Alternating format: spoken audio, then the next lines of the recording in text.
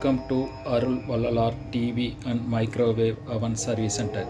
இன்றைக்கி இந்த வீடியோவில் என்ன பார்க்க போகிறோம்னா, இது ஒரு சாம்சங் டிவியோட டிஸ்பிளே.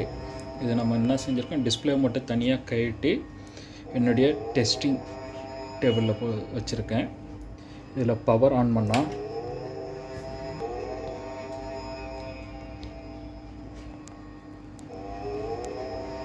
இது மாதிரி பாராக வந்துட்டு வீடியோ கட் ஆகிடும்.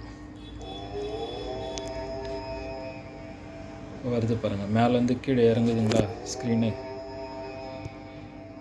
கீழே இறங்குது பாருங்கள். இங்கே இறங்கிட்டு மறுபடியும் கட் ஆகிடும், மேலேருந்து மறுபடியும் வந்துக்கிட்டே இருக்கும்.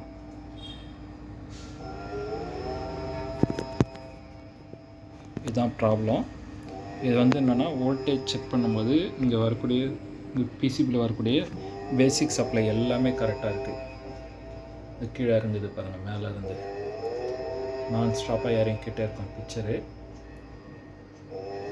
ரோல் ஆகிட்டே இருக்குது. பிக்சர் இது மாதிரி ரோல் ஆகிட்டு இருக்கும்போது இந்த பிசிபியில் இருக்கிற எல்லா சப்ளையும் செக் பண்ண எல்லாமே கரெக்டாக இருக்குது.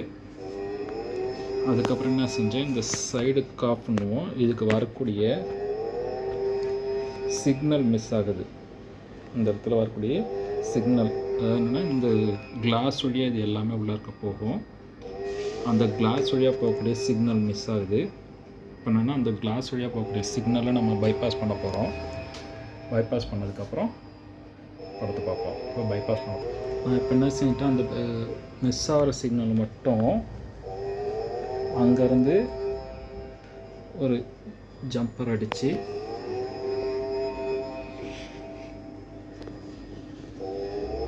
ஸ்கேலார் பிசிபிக்கு இந்த இடத்துக்கு வரக்கூடிய கனெக்ஷனை கனெக்ட் பண்ணிட்டேன்.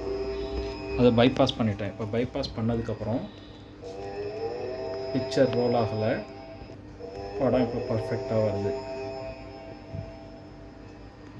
ஃபுல் ஸ்க்ரீனு கரெக்டாக இருக்குது. இப்போ அதுக்கு முன்னாடி என்ன ஆகும், பிக்சர் ரோல் ஆகிட்டே இருக்கும். அதுக்கு காரணம்னா, இந்த டிஸ்பிளேவுக்கு சைடு காஃப் பண்ணுவாங்க. இந்த சைடு காஃப்க்கு போகக்கூடிய சிக்னல் ஆப்சண்ட் ஆனதுனால அதை மட்டும் இப்போ நம்ம பைபாஸ் பண்ணியாச்சு. பைபாஸ் பண்ணி இப்போ அதே டிஸ்பிளே ரெடி ஆகிடுச்சு, டிவி ரன் ஆகிட்டுருக்கு.